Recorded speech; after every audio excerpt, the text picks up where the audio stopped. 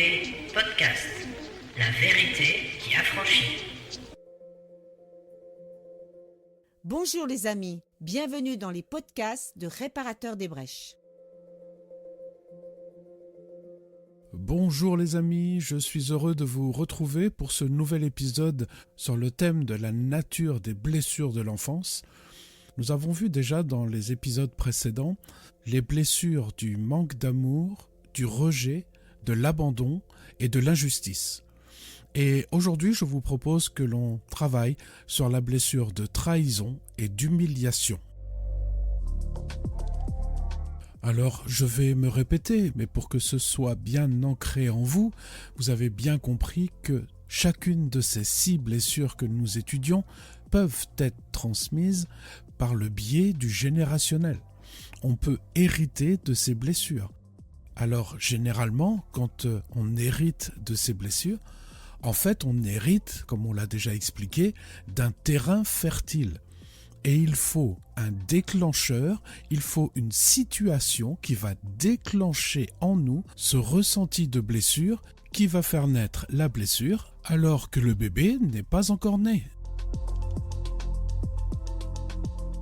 La blessure de trahison, comme pour les autres blessures, a 2 voies d'accès. Toujours par le fœtus, par la transmission des émotions de la maman, et dans la petite enfance. Dans le cadre de la transmission des émotions de la maman au bébé, on peut prendre l'exemple d'un conjoint adultère. La maman va forcément ressentir de la trahison et elle va donc transmettre ses émotions à son bébé. Mais ça peut être aussi une forme de trahison de la famille. La famille qui abandonne la maman enceinte ou qui ne s'occupe pas de la maman qui est enceinte, cette maman peut ressentir des émotions de trahison. Mais il y a également l'entourage élargi de cette maman. Ça peut être l'entourage professionnel, les amis, l'église, tous ceux qui pourraient lui apporter de l'aide ou du soutien, mais qui lui tournent le dos. Ensuite, la blessure peut se développer dans la petite enfance. Vous savez, par cette confiance qui peut être brisée. Quand on vous a promis des choses et que la parole n'a pas été tenue. Surtout par des personnes que l'on aime, en qui on a confiance, qui sont des repères pour nous, ou des exemples. Et puis, il y a les abus psychologiques, qui sont exercés quand on vit sous une forme de contrôle et de manipulation. Et puis il y a toutes les violences physiques, sexuelles, mentales. On peut éprouver un ressenti de trahison parce que nous n'avons pas été protégés. Et peut-être même que c'est ces personnes qui auraient dû vous protéger qui vous ont violenté. Et puis il y a le manque d'affection, d'attention. Il peut y avoir eu aussi des négligences ou des privations qui ont fait naître en vous ce ressenti de trahison. La blessure de trahison va développer des traits de caractère et des comportements très particuliers. Et notamment, il y a ce trait de caractère principal qui est le contrôle. Les personnes qui sont animées de cette blessure sont bien souvent contrôlants et dominants. Mais ils vont développer aussi la manipulation. Ce sont des manipulateurs ou manipulatrices et ils ont tendance à tout vérifier. Ils se croient responsables et très forts. Ils ont la conviction d'avoir raison, besoin de convaincre l'autre. Ils peuvent se montrer agressifs, impatients, colériques. Ils sont capables de mentir avec une grande assurance. Ils ont beaucoup d'attentes des autres. Ils ont souvent une humeur changeante. Ils sont exigeants, impatients, bien souvent intolérants et rancuniers. Ils se confient difficilement. Ils ont beaucoup de mal à faire confiance. Ils ne montrent surtout pas leur vulnérabilité.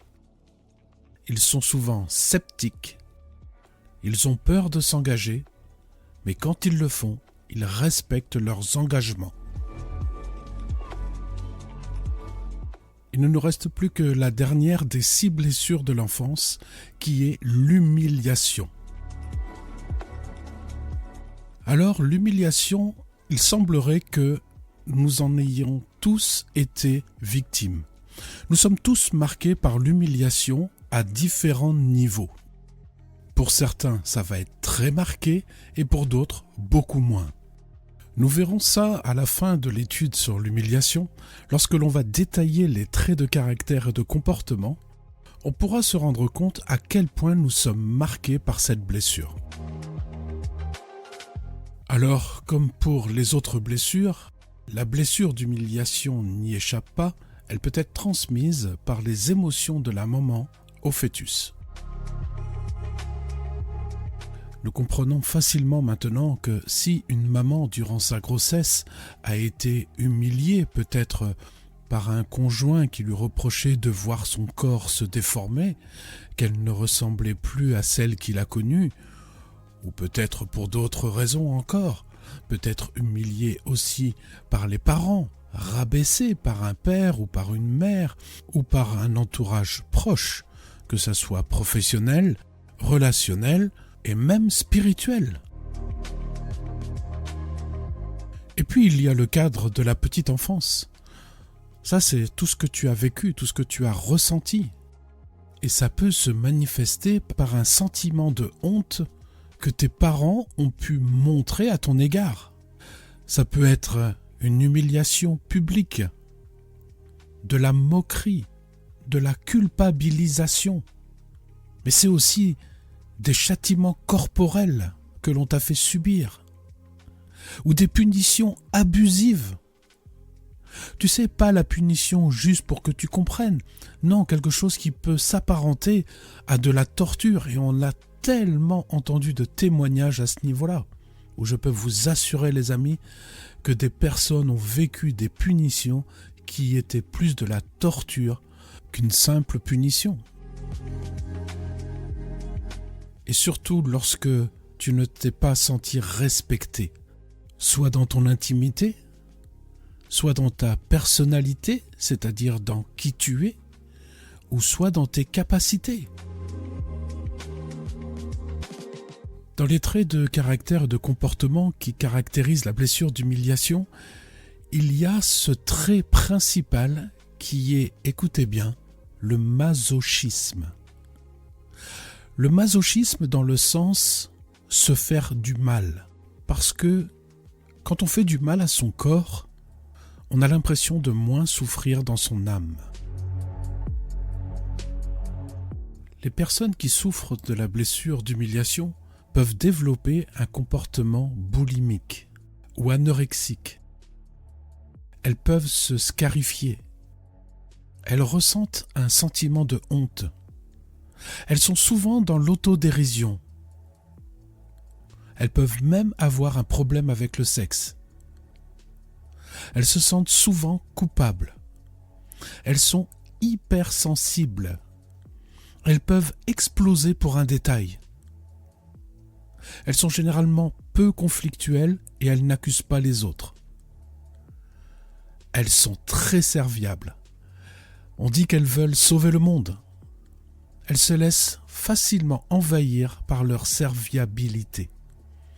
Elles ont du mal à profiter pleinement des choses. Elles connaissent leurs besoins, mais elles ne les écoutent pas. Elles peuvent se servir de l'humour pour faire du mal.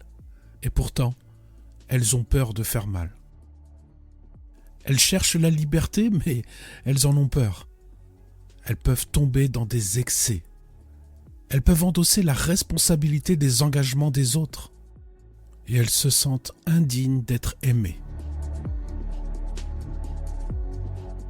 Alors les amis, à l'écoute de ces traits de caractère et de comportement, à quel niveau évaluez-vous l'impact de la blessure d'humiliation dans vos vies? Est-ce qu'elle est très marquée, moyennement marquée ou peu marquée? Mais quoi qu'il en soit, et comme nous l'avons dit en introduction, qu'il ne faut pas sous-estimer l'impact des blessures dans nos vies. Alors qu'elles soient beaucoup, peu ou moyennement marquées, il va falloir traiter cette blessure parce que le Seigneur nous veut complètement libérés et guéris de toutes ces blessures de l'enfance. Voilà les amis, c'est la fin de ce podcast. Comme d'habitude, j'espère qu'il vous a donné de la matière pour la réflexion dans votre identification des blessures. En tout cas, vous avez les 6 blessures maintenant, vous les connaissez, on les a détaillées. Certainement que vous vous êtes reconnu dans certaines. Et je vous ai donné tous les points forts et les points faibles de chaque blessure, avec les traits de caractère qui y sont associés. Eh bien, étudiez-les, regardez quelle a été l'évolution dans votre caractère, dans votre comportement, depuis que vous êtes au Seigneur. Mais regardez aussi ce qui reste à faire. Donc, encouragez-vous en regardant d'abord les points forts qui ont évolué, là où vous vous êtes amélioré dans votre caractère, et ensuite, regardez aussi ce qu'il reste à faire. Mais n'oubliez surtout pas que le renouvellement de notre âme, c'est-à-dire de nos traits de caractère et comportement, se fait en partenariat avec le Saint-Esprit. Je vous laisse les amis, je vous embrasse dans l'amour de notre Seigneur Jésus-Christ et avec tout mon amour, à très bientôt. N'oubliez pas que vous pouvez retrouver le texte intégral de ce podcast dans notre site internet www.réparateurdesbrèches, tout en minuscules, tout attaché et tout au pluriel, .fr.